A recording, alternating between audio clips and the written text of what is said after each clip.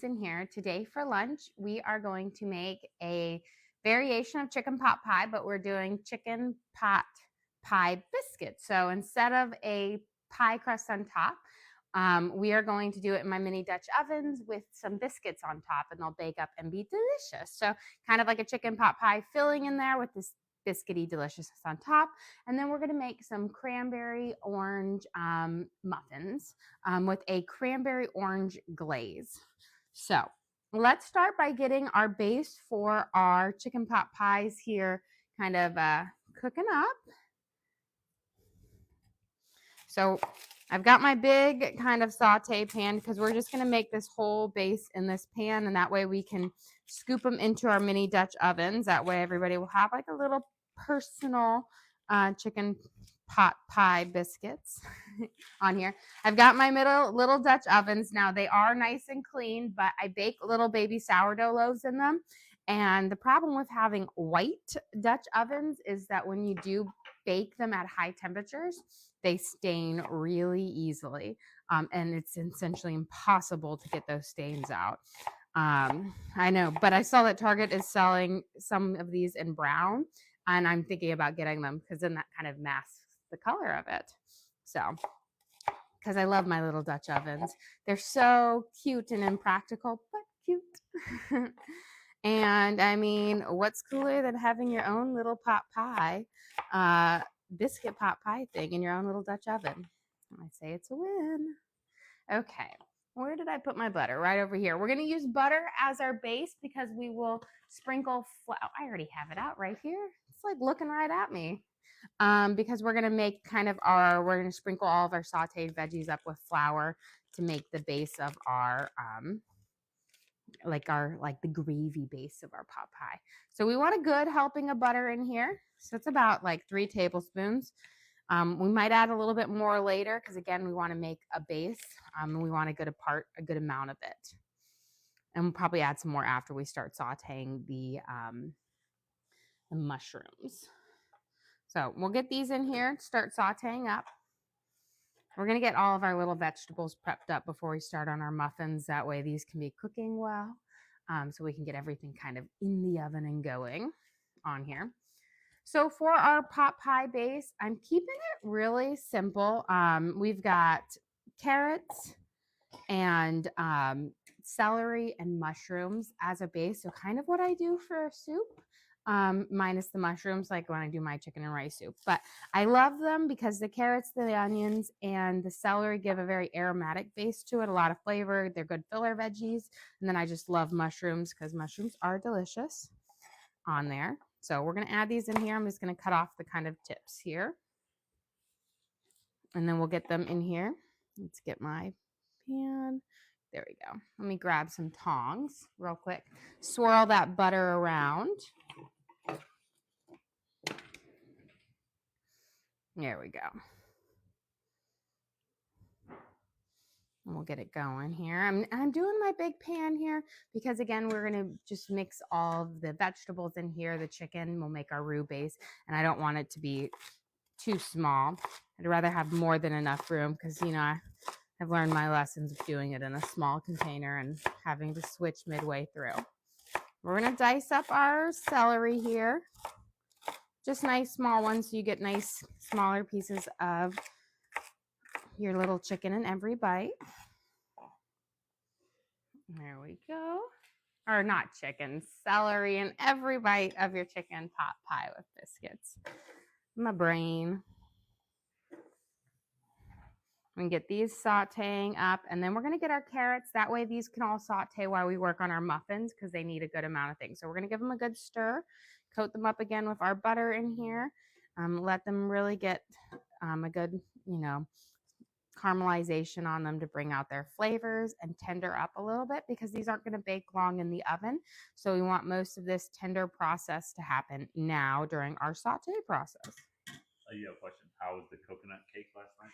It was excellent. There's actually hardly any of our coconut cake left. It's sitting right here underneath it. It actually so tall that I had to put it sideways on there, but so delicious. It had 5 layers, and everybody ate all the little truffles on the top off. but it was got a lobby over there. But it was a hit and delicious. Now everybody was so full too after the ravioli because everyone said that this was my best batch of ravioli. I feel like I just get better every time I make it. It gets a little bit easier on there. But I think I rolled them out to the perfect thickness. A lot of times I'll do them at a 4, but I was like, I think the noodles need to be a little bit thinner. So I did it on my 5 setting, and they were the perfect thickness for it, and still had enough sturdiness to hold the ravioli together, but was delicious on there. But again, homemade pasta is quite an exhausting experience because it's so delicious, but a lot of work goes into it, a lot of kneading, a lot of arm workout. Let's give this a good stir. And up there. This is gonna be for our base of our chicken pot pie biscuits minus the pie crust. I was gonna say chicken pot biscuits. I'm not sure exactly what to call them because they're not a pot pie, but you have the pot pie filling. But we're gonna do a biscuit on top because again, like I said, I'm trying to cook out of my refrigerator, freezer, pantry until the new year, which is only in a couple of days. But I don't want to go out to the stores. I like being home right now and just, it's like no sports, nothing. It's very, very nice. And so we're eating out. It's a great way to kind of clean out and then start fresh on the new year. Yeah, question. What's the best way to cut a cake that tall? I honestly just do it really long, skinny slivers, knowing that there's going to be, you can literally do it long and then cut it in half, and then everybody can have half of the 5-layer cake. It's really impressive on there for the number of layers, but it gives you a huge, huge slice. But if you love cake, that gives you a lot there. Everyone loved it. The thing about layer cakes that I love is I love the frosting kind of filling in between all the layers. I feel like it just breaks up the monotony of the cake. And so the more layers, the more cake the more frosting you get. And that was a really good coconut frosting. But when they're so tall, you're going to get a giant slice no matter what, but you can always cut that slice. You can either cut it down and you guys each get a long, skinny one, or you can cut it in half. Here we go. Get our carrots chopped up. You want them nice and small. That way they'll get tender fairly quickly in this process because, again, most of our cooking is going to happen in our pan first. Here we go. Give this a good stir around. Now I'm going to turn my temperature down to a 4 now that my pan is nice and hot. And we're going to just let these saute over our, like a 4 for just a few minutes. I have a question. Do all the kids try to stay up till midnight for New Year's Eve? Well, all the kids we allow to stay up for midnight. Jackie is one of those ones where bedtime comes and we're like, yay, because he's such a handful. But all the older ones do, and Teddy tries when they're little. We don't, because then you're just asking for meltdowns next day. Evie is hit or miss. I think she'll be able to do it this year because she is, got over. But she's normally such an early riser that she can't. By the time 10:30 hits, she's like, I'm so tired. I got to go to bed. But she's kind of slowly shifting into that teenage, preteen, where I like sleeping in and staying up late. So hopefully she'll make it through. Let me forgot to grab my measuring spoons. We are going to make our cranberry orange muffins using fresh cranberries, and then we'll make a cranberry orange glaze. We're going to start by using a 1/2 cup of sourdough discard. So I fed my sourdough up this morning, so we should be having in a little bit. I'll be able to make up some loaves of bread to bake up tomorrow. Since I haven't baked up a bread since Christmas. So we got a 1/2 cup of our discard. And then We are going to do a 1/2 cup of melted butter, 1/4 cup of cream,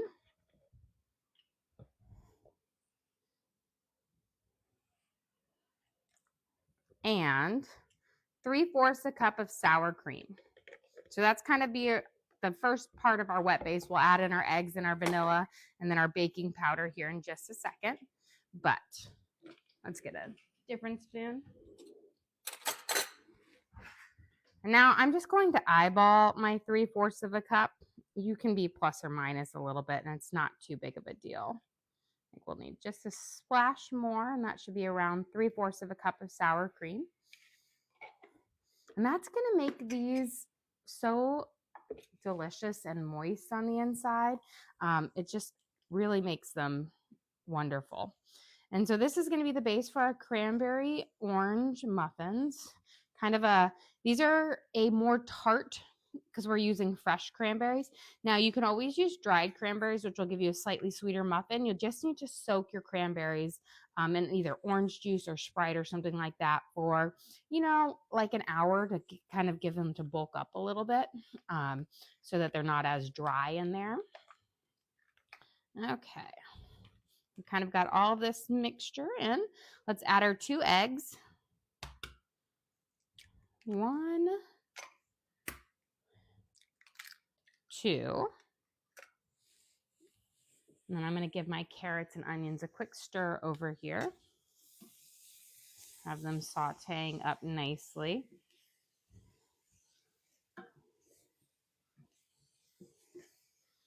Oh, they smell so good. And then we're going to add in about 2 teaspoons of vanilla, which is about 2 capfuls on the big bottles. On the smaller bottles, that's like a 1/2 teaspoon for the cap. And then let's give this a good mix. Pop those yolks, mix it in. Then we'll add in our baking powder, our salt, and our cinnamon and then our sugar for the main base for us. And then last, we'll add in flour. We need to add in some zest as well. And some fresh orange juice. Here we go. Just mix that all up nicely. Now let me grab my zester over here, and I've put my baking powder over here as well.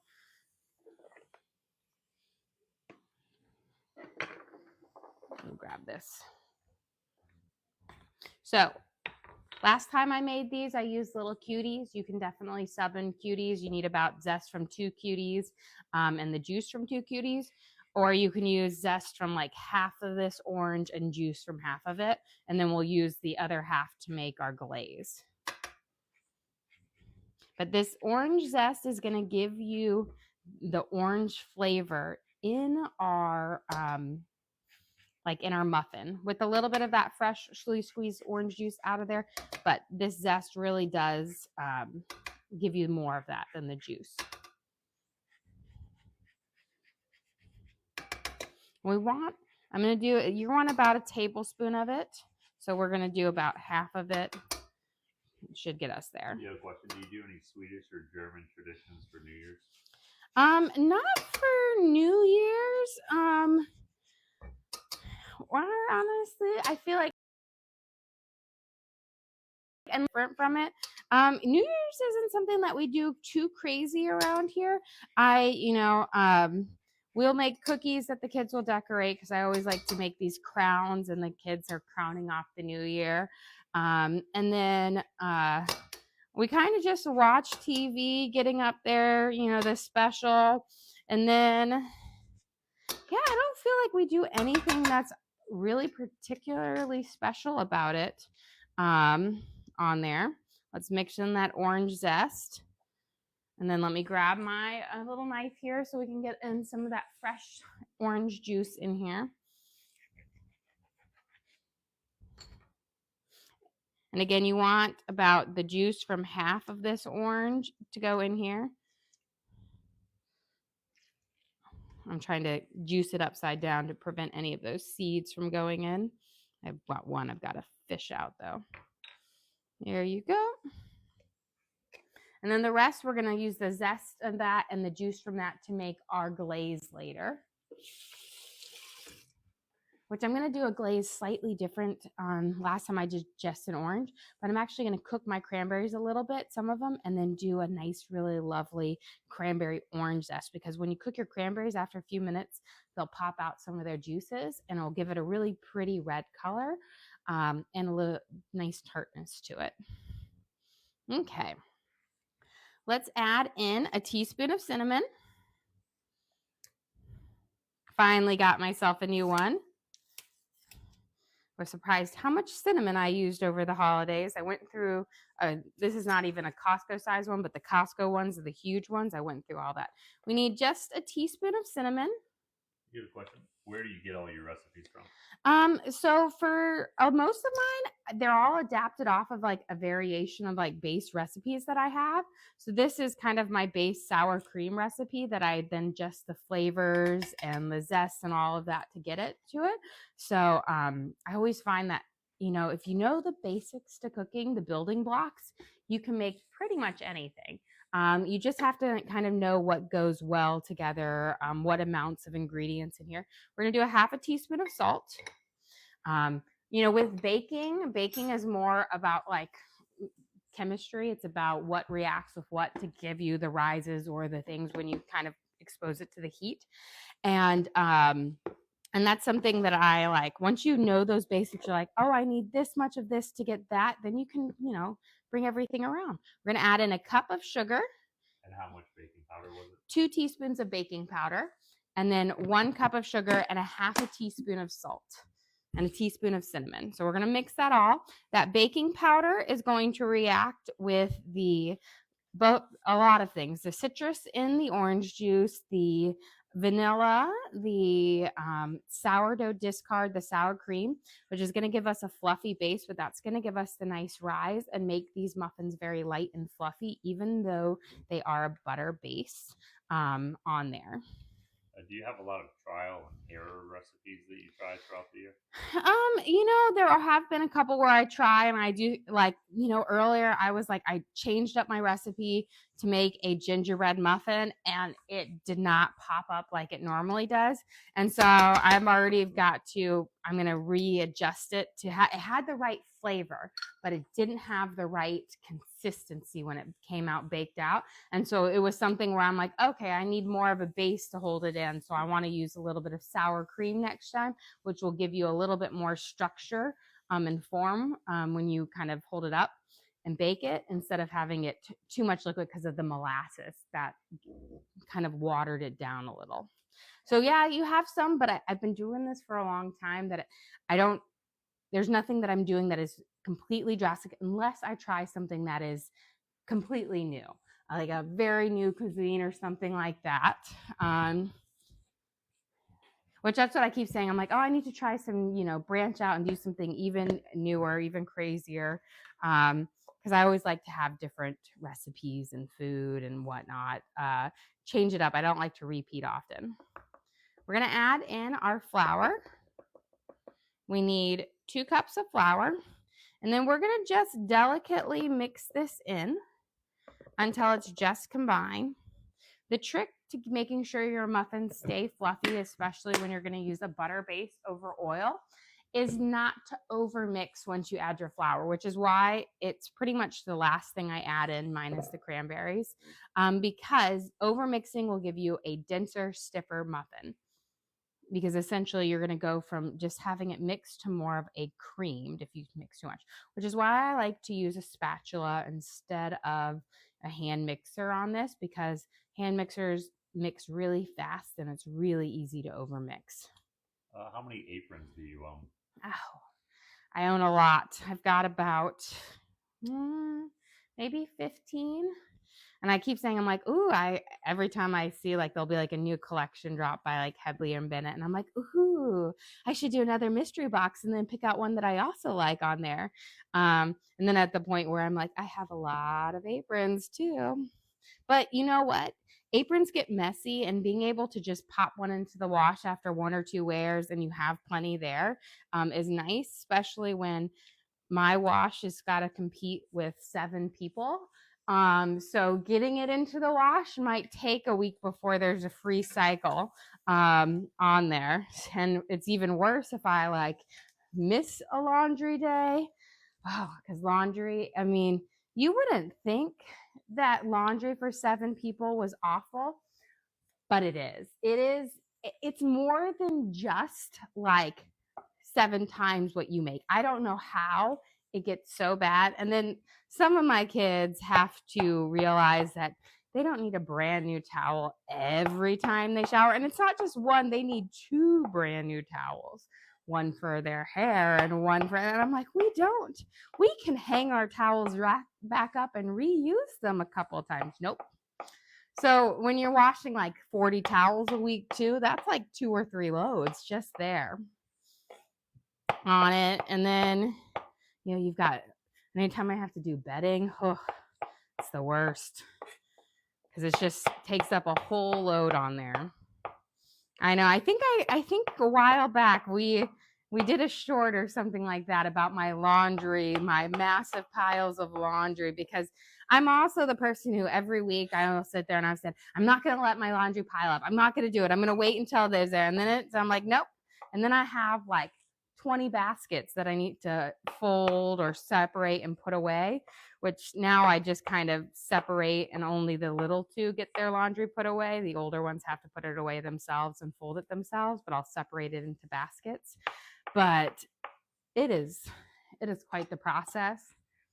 And I have found that I have to do it standing. So my cooking area here turns into my laundry area, because then I can dump out the baskets, and then I have baskets lined up right here to kind of go through and get everything. And add a little bit more butter in here for our mushrooms on here.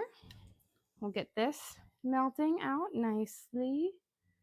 Just want a little bit, and then we're going to dump our mushrooms right in there, and then we can fold our cranberries into our muffin base, and then get those baking up. Yo has a question for you. What's for dinner tonight? Oh. So I have some tilapia that I think we're going to do for dinner tonight. So fish, especially since we haven't had fish in a while. No salmon. I guess we did have salmon on Christmas. It was part of our smorgasbord, and herring and lots of it, but not fresher fish, although the salmon was fresh. So I think we're going to have that. I'm not sure what we're going to do with it yet. I just know we have that protein. Again, I'm trying to cook out everything in my fridge and pantry before, you know what I mean? So it's going to be, this is always the fun when you get down and you're like, what can I make with this? I always have staples. Like I always have pasta, potatoes, carrots, onions, celery. So I can always make a lot with that. Okay, I'm not using all of these cranberries in here. I'm going to reserve some for our glaze on here, but I'm going to put in about 1.5 cups of fresh cranberries. And we'll just reserve a little bit for our glaze. Now, when you put these in, just fold them in, which means you scoop up your batter and you kind of fold it over the top. This allows you to mix in your whatever you're mixing in without over mixing your batter. It kind of evenly distributes it. And it's, you know, simply like when you're making a cake and you got to mix in your egg whites, it just prevents you from over mixing and deflating it, or, you know, making it more dense. Do the cranberries get soft? They do. They actually will be more, if you've ever cooked with fresh blueberries in muffins, they're going to turn out just kind of like a blueberry. So they won't be firm at all, and they'll be tart. So that's why I always say, well, I like to put a glaze on here. So they're going to be, instead of being like super sweet like a dried cranberry, they're more tart on there, which kind of plays nicely with the orange on there. But they're soft. Because they almost essentially, when you bake them up, they kind of like pop open and explode on there, but they are delicious. I didn't realize how much Teddy liked cranberries until this season, and everything that I've made with cranberries, he's absolutely loved, which surprises me, but he does love lemons and limes. So, you know, kind of works well with him if you like the sour stuff. Now I'm going to go through and I'm going to put a good glob in each one, and then we'll go back over. Oh, I missed There we go. Managed to get it back in there. And then we'll go back over with more of our base. Fill it Can out. you use cherries instead of cranberries? So yes, you could use dried cherries, and you could cut them in half, put them in here. I would soak your dried cherries for a little bit before you put them in here, and then kind of pat them dry. That way they don't just suck all the moisture out of your base of your muffin for it. I actually had a thought, and I was part of my thing. I'm like, is this a good idea or a crazy idea of doing a maraschino cherry in here? Because I have a bunch of maraschino cherries in my fridge right now, because my oldest daughter is very much on the Shirley Temple phase, which is Sprite with maraschino cherry juice and a cherry in it. But she goes through more of the cherry juice than the cherries. So I've got a lot of cherries, and I was like, maybe I could put them in a muffin. And see, the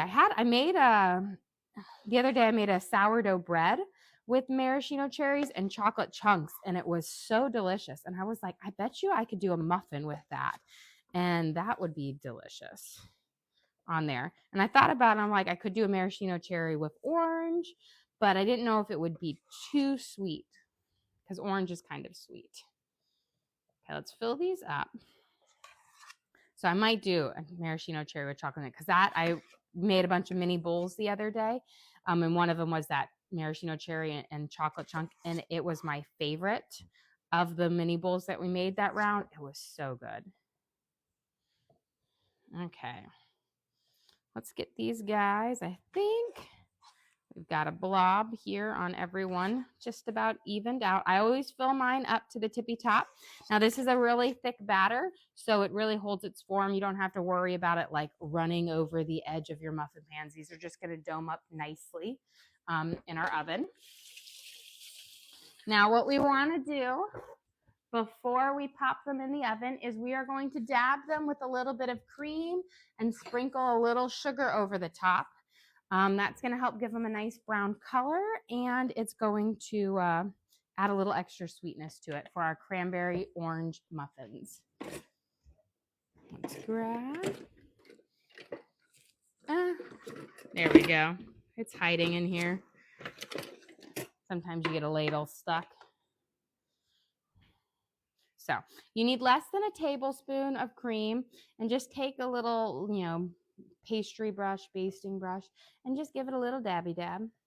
This is going to help give it a nice golden brown top to it, especially since this is more of a blonde muffin, because we use just granulated sugar in here, versus if you use brown sugar, that will give you a browner muffin.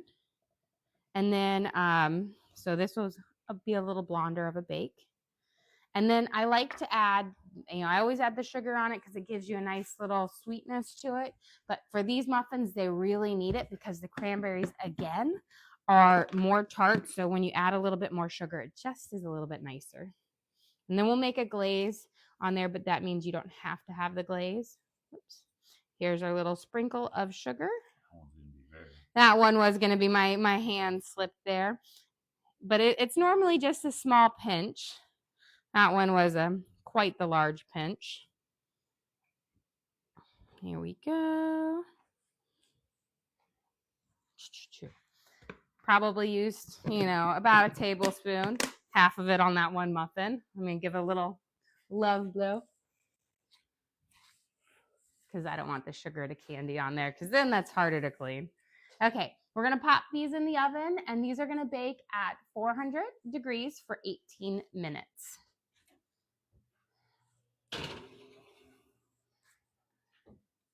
Okay, set my timer for 18, and I'm hoping that we'll be able to get our pot pies in there soon as well.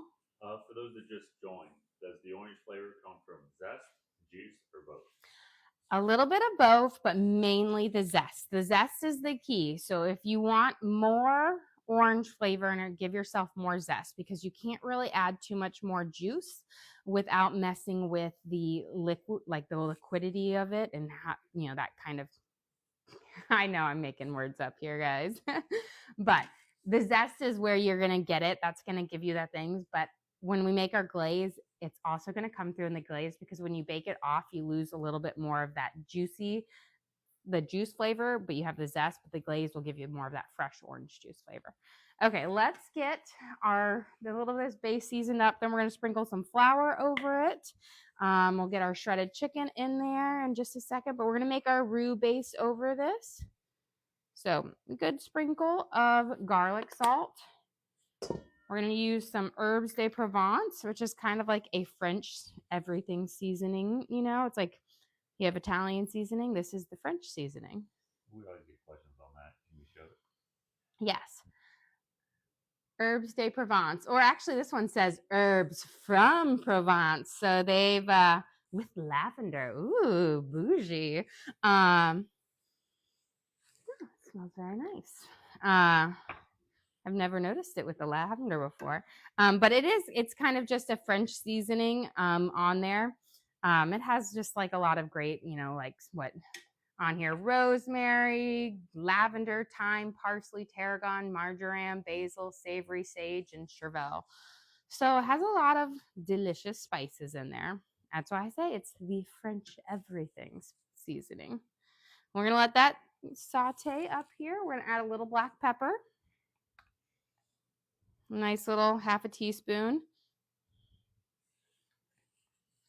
And then I'm going to get my flour, and we're going to coat all of this over with some flour.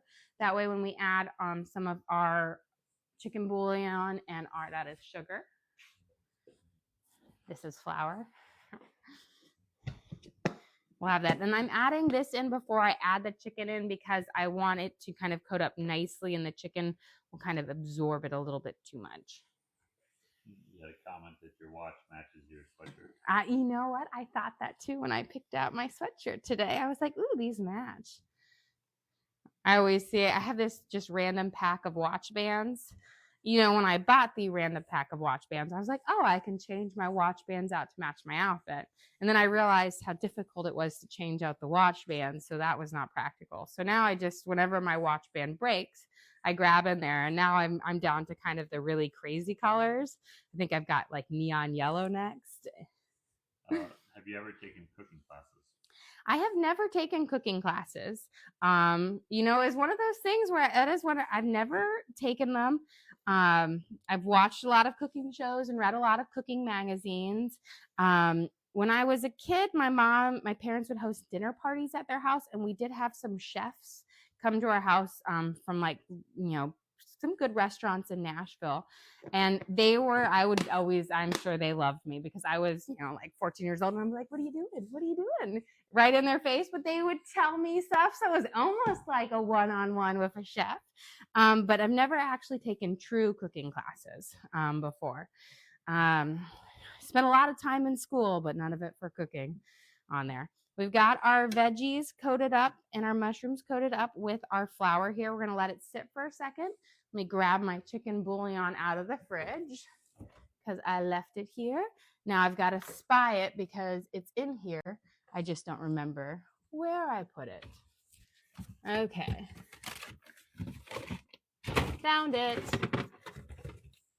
Haha. I found like 3 other ones, but none of them were chicken. Okay. So we've got our chicken bouillon, and then I've got water. You could also use straight up chicken broth. I find that the chicken bouillon has more flavor, also gives you a bit more of the saltiness, so I like to use it instead of chicken broth, unless you've made your own chicken broth.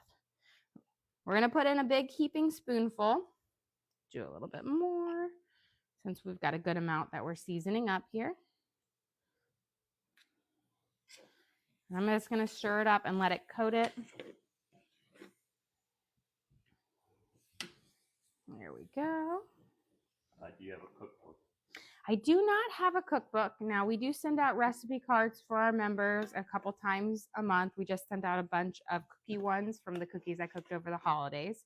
But we have all of our lives, you know, available for everyone to watch. So people can always, they're like a digital cookbook, which is nice because I realized, you know, we did the smorgasbord. And I said, oh, all of my kids will be able to, if they've ever want to recreate the Swedish smorgasbord for Christmas, they can recreate it by just watching our videos, because I went through pretty much all of the major dishes on there.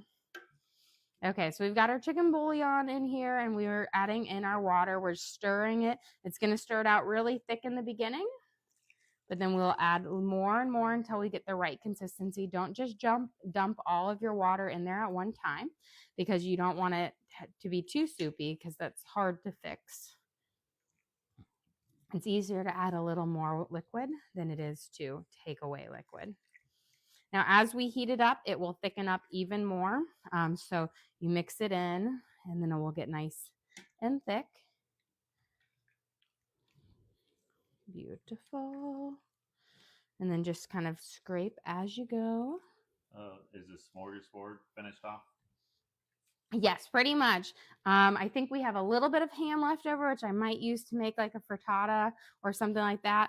But everything else, it's pretty much gone. The duck didn't even make it to us. The duck or the salmon, those were all, we had like a few meatballs left over, but pretty much everything was finished off. It was quite the feasting day. And it's one of those things where growing up, like I made cinnamon rolls for breakfast, but then there was, other than like the little Christmas treats and candy and stuff like that, there was no other food I was making before then. So everybody came with their appetite on there. And we ate it in our little courses on there. So, you know, it was nice. Two-part question. Have you ever made split pea soup, and do you use a ham bone?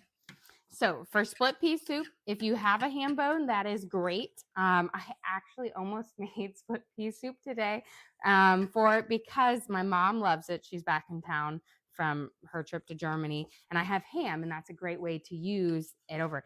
You can definitely use the ham bone in it. It just improves the stock part of it, but you don't have to on there. I am not a big fan of split pea soup, but again, my mom loves it, and it's one of her favorite soups, so I do make it for her every so often, and a lot of times right after Christmas when I have leftover ham. And it's something in Sweden, they typically serve your, pea soup with Swedish pancakes as a traditional meal there. I'm going to give this a quick taste.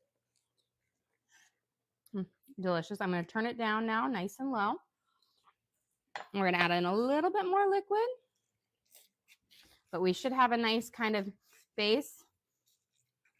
Perfect. And then we're going to add in our chicken, and we'll be ready to scoop these into our little Dutch ovens. And then we'll make up our biscuit part. So for our chicken, I have some leftover shredded rotisserie chicken.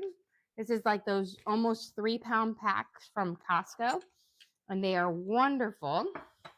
So to have, every time I go to Costco, I buy 1 or 2 of these, because you can just keep them in your freezer and take them out when you need them. But anytime you need shredded chicken in a dish, this is where it's at. Like, you don't have to cook the chicken and go through the work of it. It saves you like the extra time. There we go. You just want to make sure you shred it up. Sometimes you get some really big chunks in here. But it's also a good price. You get almost 3 pounds of chicken, and I believe it's like $17 for a pack. So it's a lot of chicken, no bones in it. So you get a good amount for your money, and it lasts a while. Like, I think I used it the other day to make this Mexican chicken soup with chicken taquita or flautas or taquitos. And now we're using it in here. We'll coat our shredded chicken up. Is it white meat and dark meat? I believe it's just white meat on there. I think it just says the breast on there, and it all looks like white meat to me. So, and it's funny. It's like growing up, I really love dark meat, but a lot of people, their favorite is just white meat. So, you get a lot of meat. I'll just say that. Let's slide this up here so we can ladle these off in here. Okay. Get this turned off. But I also like to put the chicken in last and not before, because when you have pre-shredded chicken like this, it can fall apart a lot easier if you stir it a lot. We'll start with a good ladle in each one, and then we'll go back over.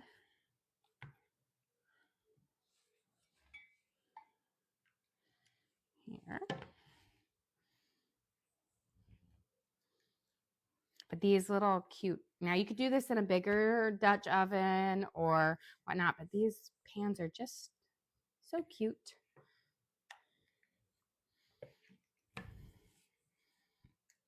There we go. Fill it out. And then get our last of our little bits in here.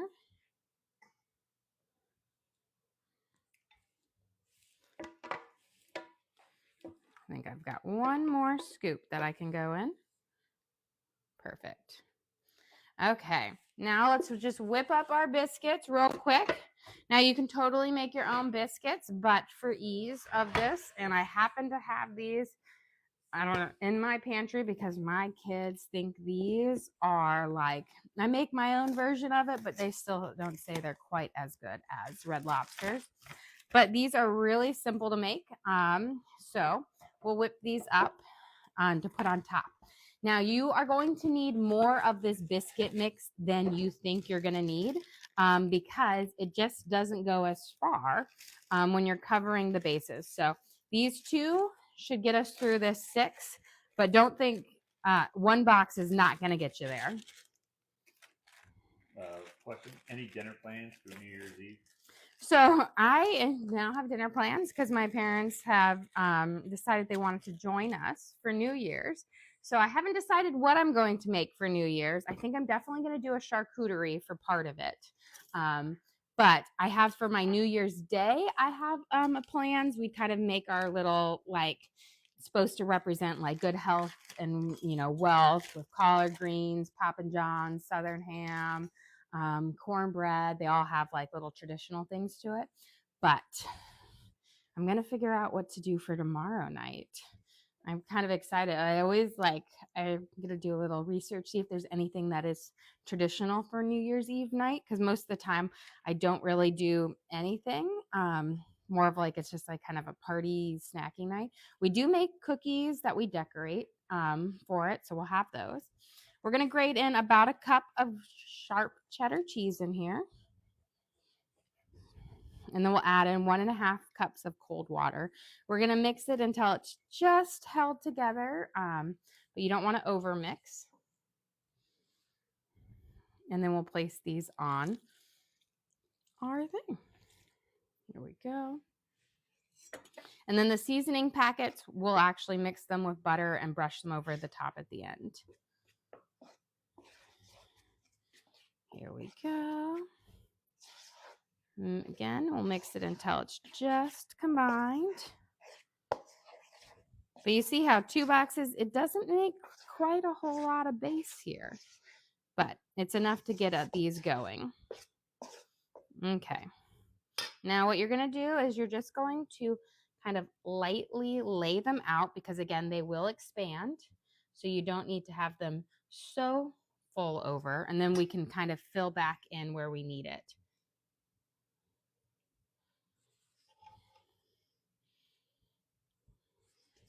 I like to get a little on everyone first and then dabble in some extras where there's a bald spot in there.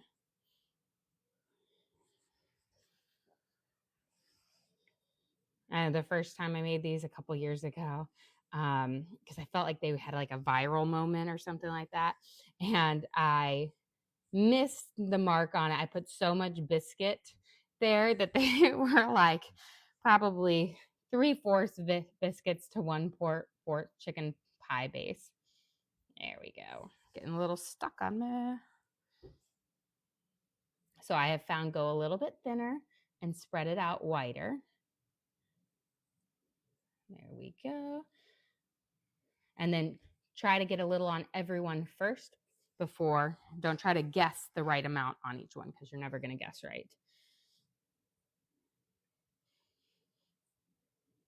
There we go. And now I have little bald spots that we can fill around. with the last few crumbs. And then we'll get these in the oven, which is perfect because we can sneak a peek at our muffins. Let's get the last of these in. These are the best parts of the biscuits. Everyone loves this. I could make it with my homemade one, but I think they all love it with these. Okay. I'll get my hands washed. And into the oven we go. Now the nice part is all you are is doing the baking of the biscuits. So everything else is cooked in the meantime. So that kind of makes it a little bit, oh, these are heavy, nicer. So it's not as you have to bake for a long time like a chicken pot pie. So we're going to add these in. We're going to have to rotate our muffins so we can slide these in on the top as well. I'm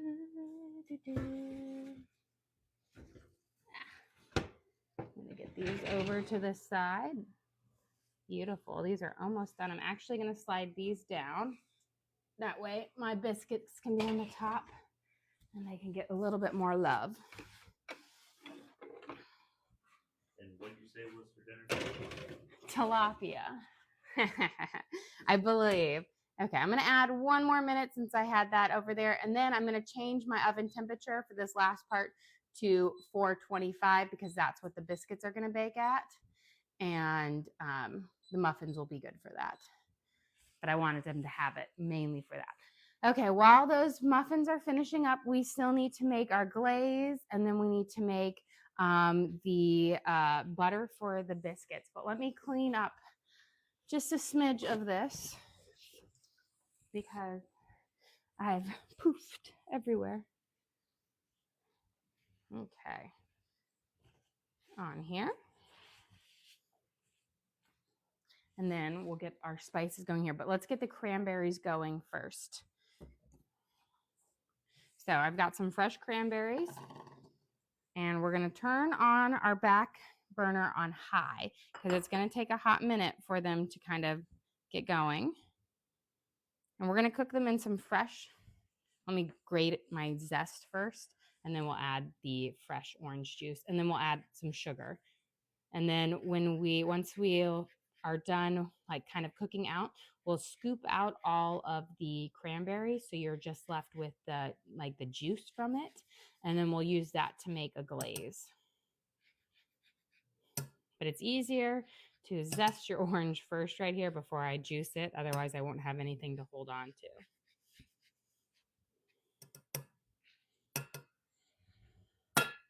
There we go.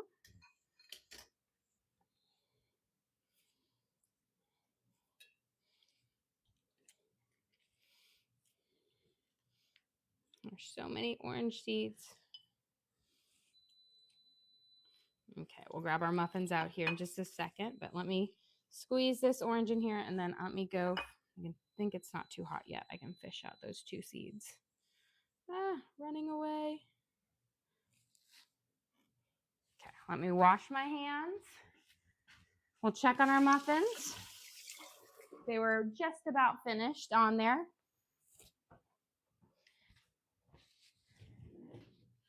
Now these are our cranberry orange muffins with fresh cranberries in them.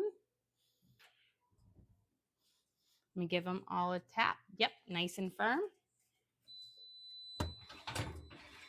Okay.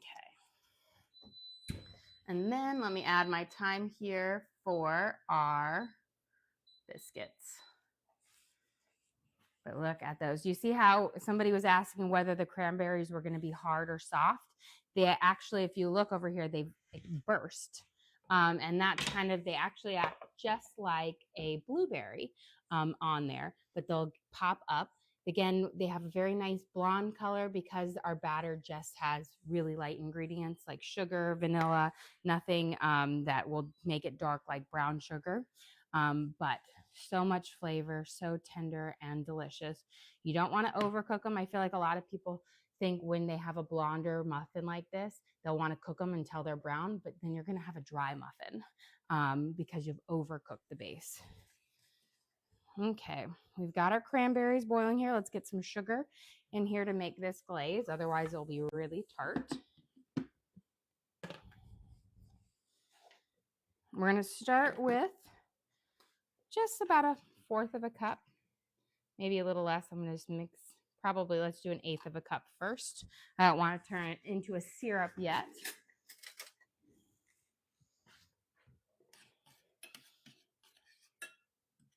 And this is honestly how I kind of make my cranberry sauce at Thanksgiving, is I cook my cranberries in orange juice with sugar and a little Dutch oven until all of their skins have popped and are really, really soft. And that's just our cranberry sauce. We keep it really simple on there because cranberry sauce is supposed to be a palate cleanser between each of your side dishes. Niall sent you a gift. Well, thank you, Niall. We appreciate that. Okay. We're getting there. You can see that nice red color. They're popping out on there. It's one of my favorite parts of cooking cranberries is watching them pop. I know it's kind of silly, but it's fun. Okay, let me grab our other little dish here for our butter seasoning for our biscuits, because what makes the Red Lobster's biscuits so delicious is the butter, the seasoned butter that you sprinkle or brush over the top. So I've got a little bit there, but I need more butter. Need more butter. Oh, I tallied up our Christmas count for the weekend around Christmas and our butter, and we used about 20 pounds of butter. Yes. Now, it wasn't all for us. I did send out and make food for other people and cookies for other people, and lots of cookies, but I was like, it's a lot of butter. And everything was delicious. So let's get our butter melting here. I'm going to put on my small burner right here in the middle. That should just, yep. Once that's melted, we'll add in our things. But it looks like our cranberries are almost there. You see how quickly they'll pop out and release that juicy flavor? So I'm going to turn off that heat. I'm going to smash them. That way we can get as much of that juice out for our glaze. Lovely. And that way we'll have a cranberry orange glaze to go over our muffins here. But you can see it's almost made into, when you cook it longer and longer, it thickens up and it will make you like a cranberry sauce or almost like a cranberry jam. Okay. Let me get a little bowl here to mix this in for our glaze.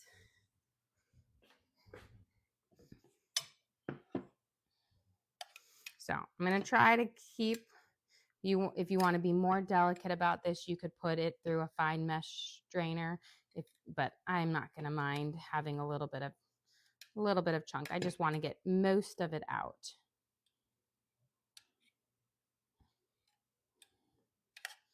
I'm going to smash it a little bit more so we can get some more of that flavor out. And this is going to be our glaze part for our muffins. So we have cranberry orange muffins, and this is going to be a cranberry orange glaze. So we cooked our cranberries up, kind of released a little bit of their juiciness in here for our glaze, and that nice little flavor between it. Let's see if I can squeeze a little bit more of our orange in here. See if I can sneak out some more of that juice. There we go. There we go. Some very meticulous. Perfect. So we've got that. Let me wash my hands. And now we're going to take this and we're going to mix it with a little bit of cream, and that's going to give it a bit of a richness to it that will hold it together. So it will be a slightly richer glaze. I'm going to move my butter now to my back burner, nice and low. We're going to whisk this together. See if I need to add any more. Yep, I'm going to add a splash more cream because I want it to hold together with our powdered sugar. I need a little bit more of a base.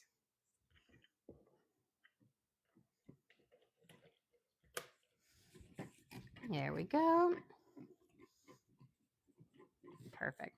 See if we can add in another scoop of our cranberry kind of paste here. As we go, we'll add little by little until we get all the good stuff. And that also has our orange zest in there. Beautiful. Now we're going to add in our powdered sugar, and that's going to give us our sweetness for our glaze. We do have a little bit of sugar already in there, but the consistency for glaze, you need to use powdered sugar. Start with about 1/4 cup of sugar, and then we'll mix it in until we have the right consistency. Because whipped cream, you need a lot less powdered sugar than you do if you use a milk or a straight up liquid ingredient. But this is going to give our glaze such a pretty color. We're going to add a little bit more. Little by little. And when I'm going to turn off my butter since it's almost melted. And then we'll add in our little spice pack for that once we've glazed our muffins. But with the glaze, you want for consistency of glue. So you want a slow drizzle.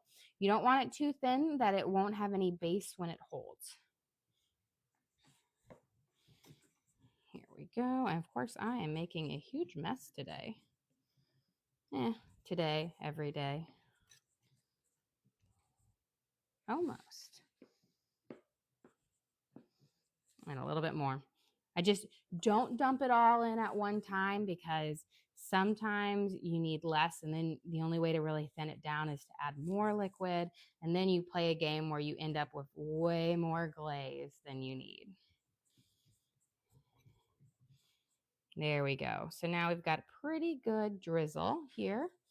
We'll add one little bit, and then I'm going to get a paper towel real quick. That way, because I don't want to turn on my stove with the powdered sugar or place something hot on, because if you've ever accidentally heated sugar up on your stove, it is the worst thing to clean up. That, and I once brought in like groceries and stuff. Actually, it was from Target, and I had all of my bags, and somehow I must have turned on the stove by accident, and I melted some clothes and bags to the top of the stove. There we go. This is perfect. We've got this nice, good thickness to it. Okay, let's glaze our muffins, and then we should be ready to take out our stuff out of the oven here. Again, these have our nice blonde, beautiful bake on them, but they've got a nice firm top. They're not like bouncing in at all. That's what you want.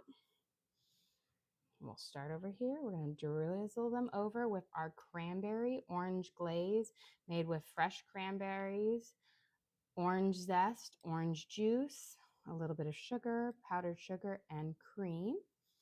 And this is going to add this nice little bit of sweetness to the muffin as well, because again, the tartness of the fresh cranberries are needed to be balanced out with something a little bit sweeter.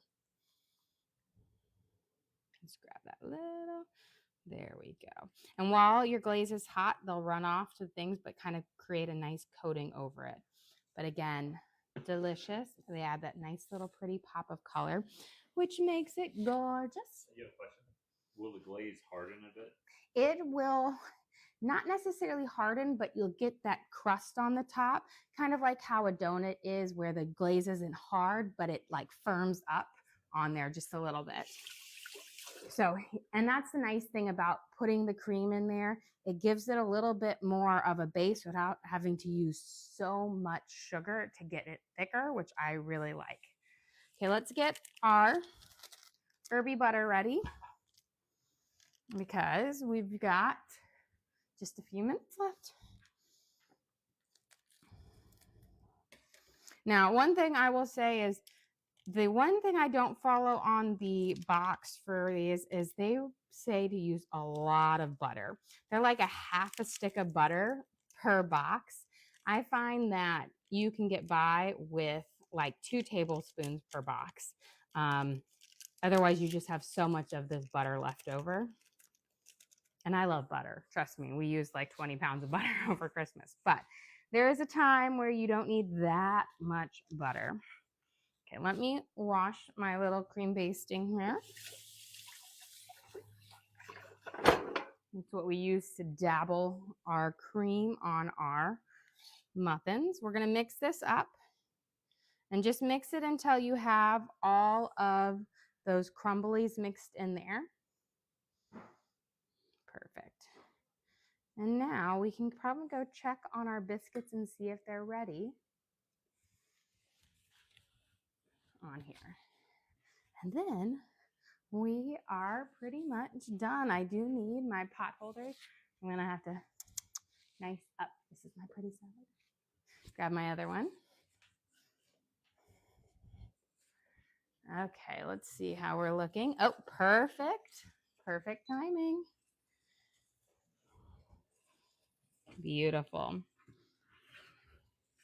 Got to prepare myself because these are like 25 pounds and I did a Billy Blank's tie bow today and with resistance bands and my arms are tired because I didn't just do one session. I did two because I thought the abs session was going to be more focused on abs and it was not.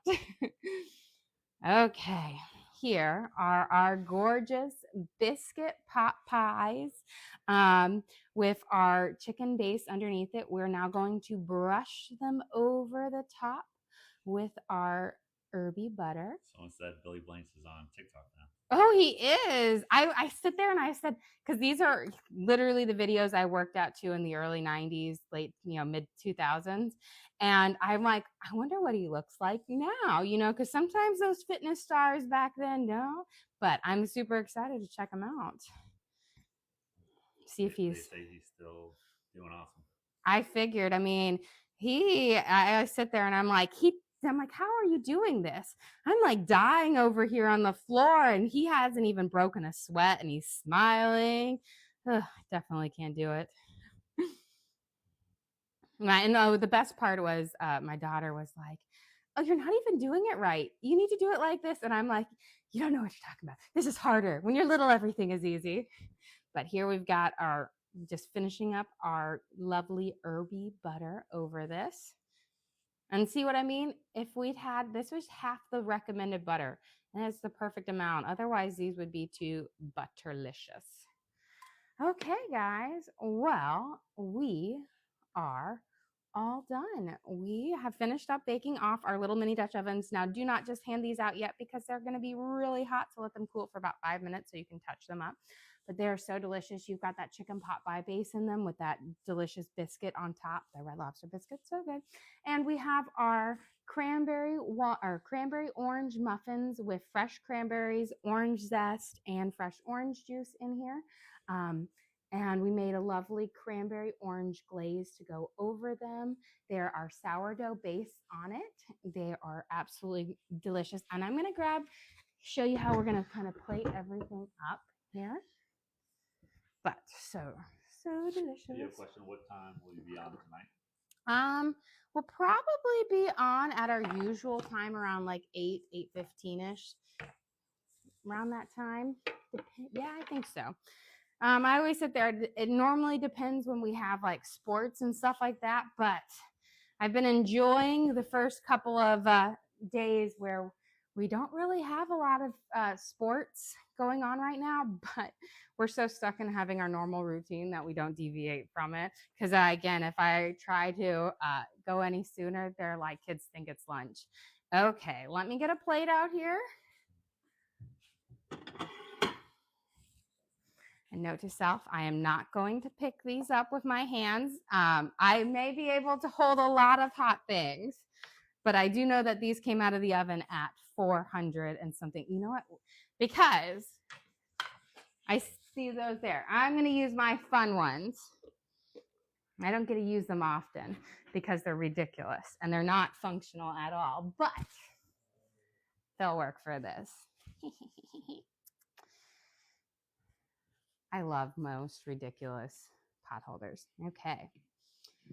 For lunch today, we have our delicious chicken pot pie with a biscuit crust. We've got a creamy chicken pot pie filling made with mushrooms, celery, carrots, onions, and then we have our Cheddar Bay biscuits on top and then brushed with our delicious herby butter. And so it's just deliciousness all the way through.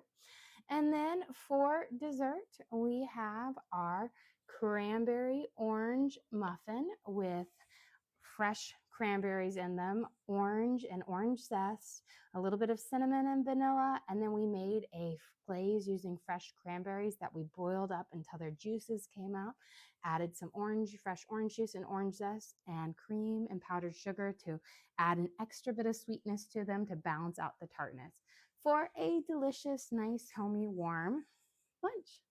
Well, guys, thank you so much for joining us here. Don't forget to like and subscribe. I try to do live cooking shows every single day, kind of show you what we're making for our family and hopefully teach you guys something along the way.